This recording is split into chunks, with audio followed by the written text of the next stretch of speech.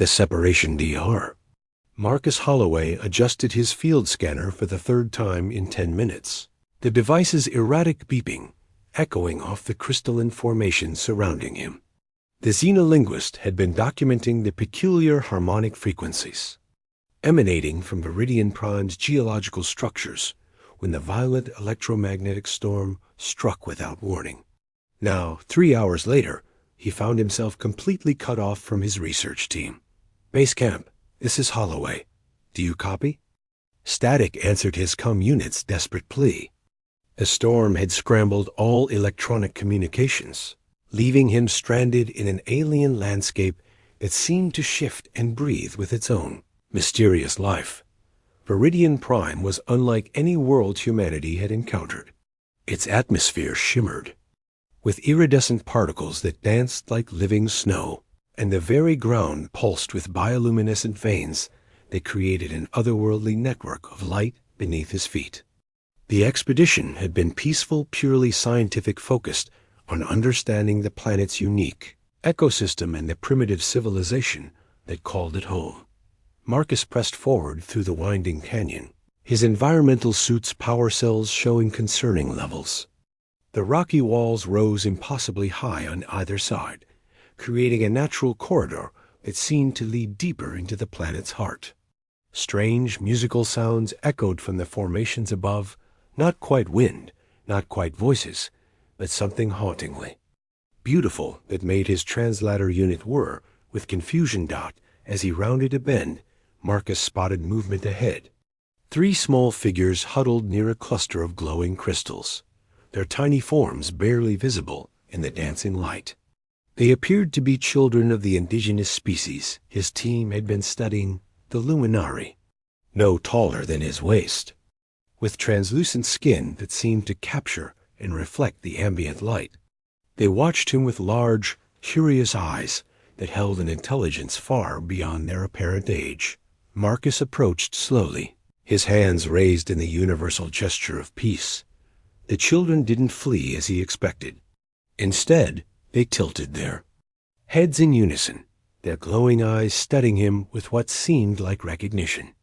One of them stepped forward, pointing at his emergency food supplies with a delicate, 4-fingered hand. Without hesitation, Marcus knelt and opened his pack, offering them nutrient bars and water purification tablets. The children accepted the gifts with graceful movements, their skin brightening with what he interpreted as joy. They chattered amongst themselves in musical tones that his translator couldn't parse, but their body language spoke of gratitude and curiosity. "You're welcome," Marcus said softly, not knowing if they understood, but hoping his tone conveyed friendship. As he prepared to continue his journey, the children began following him at a respectful distance, their presence somehow comforting. In the vast, alien wilderness, the predator's domain, the canyon, narrowed as Marcus ventured deeper into Viridian Prime's rocky heart, the walls closing in until they formed a natural tunnel barely wide enough for 2 people to walk abreast. The 3 Luminari children, he'd begun thinking of them as his guides continued to follow silently, their bioluminescent skin providing an ethereal glow that supplemented his suit's failing HEADLAMP.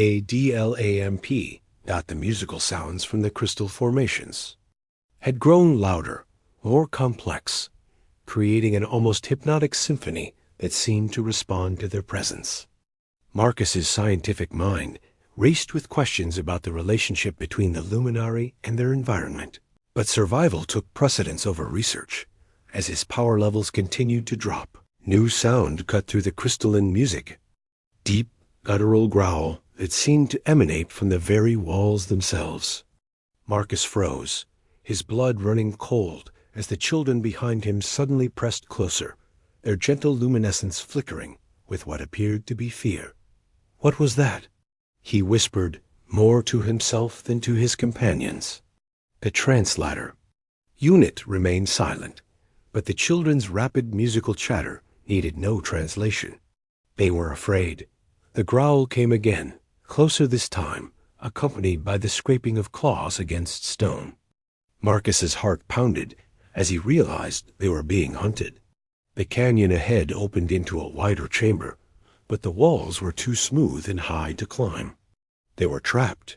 The predator emerged from the shadows like a nightmare made manifest. Standing nearly 3 meters tall, the creature was a fusion of reptilian and insectoid features, with armored plates covering its muscular frame and multiple pairs of eyes that glowed with predatory intelligence. Its claws, each as long as Marcus's forearm, scraped against the rock as it advanced with deliberate, terrifying patience. Marcus fumbled for his emergency beacon, but the device remained dead in his hands. His sidearm, a simple stunner, meant. For specimen collection felt woefully inadequate against the approaching monster. The creature's head tilted as it studied him, and Marcus saw intelligence in those alien eyes, a calculating awareness that made his situation even more hopeless. Behind him, the children had fallen silent, their light dimming to almost nothing. Marcus stepped protectively in front of them, knowing the gesture was ultimately futile, but unable to abandon these innocent beings who had shown him nothing but kindness. The predator tensed, its powerful haunches coiling like springs. Marcus closed his eyes, thinking of his team, of the research they'd never complete, of the family he'd never see again. The creature's roar filled the chamber, a sound of pure predatory triumph that echoed off the walls like thunder. This was how it would end, not in a laboratory or lecture hall, but in an alien canyon, defending children whose names he didn't even know. The shield of light time seemed to slow as the predator launched itself through the air, its massive form blocking out the crystalline light from above. Marcus braced himself, his arms spread wide to shield the children behind him, when something extraordinary happened. The 3 small luminaries stepped forward as one, moving past Marcus with fluid grace. Their translucent skin suddenly blazed with brilliant light, transforming from gentle bioluminescence to something that rivaled the sun itself. The air around them shimmered and bent, reality itself seeming to warp in response to their presence. A force field erupted from their tiny forms, not the crude energy barriers of human technology, but something organic and alive, a barrier of pure light that crackled with intelligence. The predator slammed into it with tremendous force, its roar of triumph becoming a shriek of pain and confusion as it was hurled backward against the canyon wall. Marcus stumbled, his eyes watering from the intensity of the light.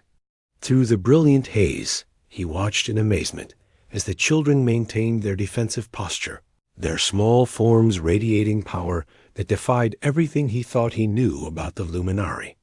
They weren't just children, they were guardians, protectors wielding abilities that his species could barely comprehend. The predator recovered quickly, its multiple eyes focusing on the glowing barrier with newfound respect. It circled the group, testing for weaknesses, its claws scraping against the energy field with shower of sparks. But the children held firm, their combined will creating an impenetrable shield that adapted to every assault. One of the children, the smallest, barely reaching Marcus's knee, turned to look at him over her shoulder. Her eyes held depths of wisdom that seemed impossible for her apparent age, and when she spoke, her voice carried the weight of ancient understanding. "You helped us," she said in halting English, each word carefully pronounced. "Now we help you." The simple statement hit Marcus like a physical blow. These weren't primitive beings stumbling through their own evolution. They were something far more sophisticated, far more aware than humanity had ever suspected. And they remembered kindness. The predator made another charge, this time focusing its attack on a single point in the barrier. The children responded by intensifying their light, the force field rippling and reforming like liquid starlight.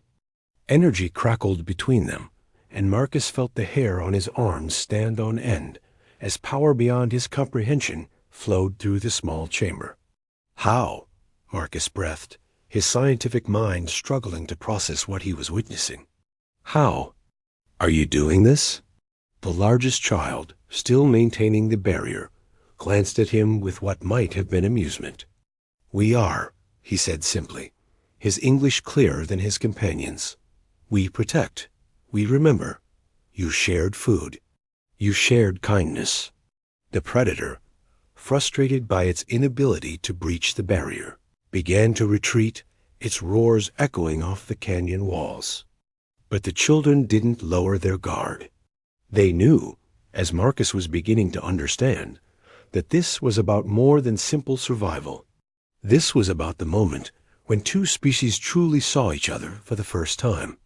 A revelation. The predator's retreat left an eerie silence in the canyon, broken only by the gentle hum of the children's force field as it gradually dimmed. Marcus stood transfixed, his mind reeling from what he'd witnessed. The three luminary guardians slowly lowered their barrier, their skin returning to its soft, natural glow, but their eyes remained alert, watching the shadows for any sign of the creature's return. "You're not just children," Marcus said, his voice filled with wonder and growing realization. "You're something else entirely." The eldest of the three, whom Marcus had begun thinking of as the leader, stepped forward. Her movements carried a dignity that seemed far beyond her physical years, and when she spoke, her English was becoming clearer with each word. "We are young, yes," she said, her head tilting in that curious way her people had, "but we are also old. We remember the songs of our ancestors, the light of those who came before. We are Korith, the bridge between what was and what will be." Marcus knelt to bring himself to their level, his scientific training warring with the emotional impact of the moment. "Korith, is that your name?" "It is what we are," the second child chimed in, his voice carrying harmonics that made Marcus's translator unit buzz with confusion. "We are the memory keepers, the protectors of the innocent. Your kind calls us children because we appear young, but we have lived many of your lifetimes." The revelation struck Marcus like a thunderbolt. The Luminari weren't just an indigenous species, they were something far more complex, a civilization that measured time and existence in ways humanity had never imagined. These children were ancient beings in young forms, carrying the accumulated wisdom and power of their entire species. "But why?" Marcus asked, his voice barely above a whisper. "Why help me? Why reveal this to me?" The smallest of the three, who had been the first to speak, approached him with careful steps. Her tiny hand reached out to touch his environmental suit, and where she made contact, the fabric glowed with brief, warm light. "Because you saw us," she said, her words carrying a weight that made his heart ache. "Not as primitive beings to be studied, but as people to be helped. You shared your food without expecting anything in return. You showed us kindness when you thought we were helpless." Marcus felt tears forming in his eyes. "But I am just one person. My species. We make mistakes. We sometimes hurt things we don't understand." The leader's expression softened, and for a moment, she looked exactly like the child she appeared to be. "We know. We have watched your people since you arrived. Most see us as curiosities, specimens to be catalogued. But you saw us as friends." The canyon walls around them began to glow more brightly, as if responding to their conversation. Marcus realized that the crystalline formations weren't just geological features. They were part of a vast network, a planetary consciousness, that the Luminari were connected to in ways his species had never suspected. "The light," he said, understanding dawning. "It's not just bioluminescence. It's communication. You're all connected, aren't you? The entire planet is alive." The three children exchanged glances, their skin flickering with rapid patterns of light that Marcus now recognized as a form of language far more complex than anything humans had developed. "Now you begin to understand," the leader said with what might have been approval. "And perhaps in time, your people will too." The bridge between worlds, the electromagnetic storm that had separated Marcus from his team, began to dissipate as the planet's twin suns reached their zenith. casting rainbow patterns through the crystalline formations above. The children, they. Korath stood watching him with expressions that held both hope and ancient sadness. "Your people search for you," the leader said, her small hand pressed against one of the glowing crystal formations. "They fear you are lost. But you are not lost anymore. You are found." Marcus looked around the canyon with new eyes, seeing not just alien geology, but a living extension of the luminary consciousness. The network of light beneath his feet pulsed with gentle rhythms, and he could almost hear the whispered conversations of an entire civilization flowing through the stone. "How do I explain this to them?" he asked, gesturing helplessly at his surroundings. "How do I make them understand what you really are?" The second child stepped forward, his expression grave. "Very carefully. Your species is young, eager to catalog and categorize. They may not be ready to accept that intelligence takes many forms. That wisdom doesn't always come with size or familiar appearance." The smallest child, who had been silent since the predator's retreat, suddenly brightened. "But you will try. You will be the bridge, Marcus who shares food. You will help them see us as we are, not as they wish us to be."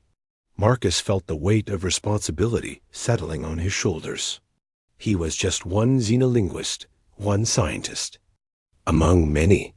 But he had been chosen for something greater, not by his own species, but by beings who had been watching humanity with patient, careful eyes.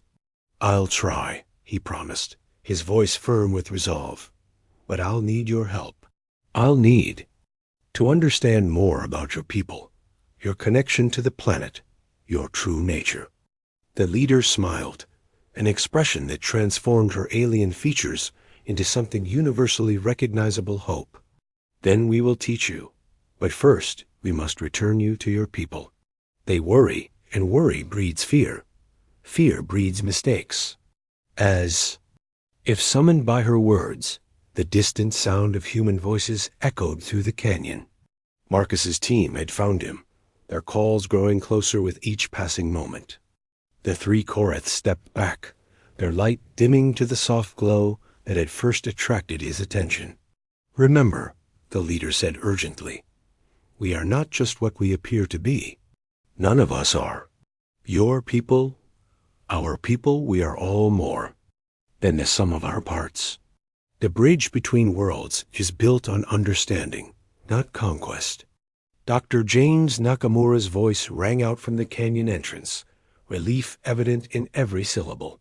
"Marcus, we've been searching for hours. Are you hurt?" Marcus looked down at the three small beings who had saved his life and changed his understanding of the universe.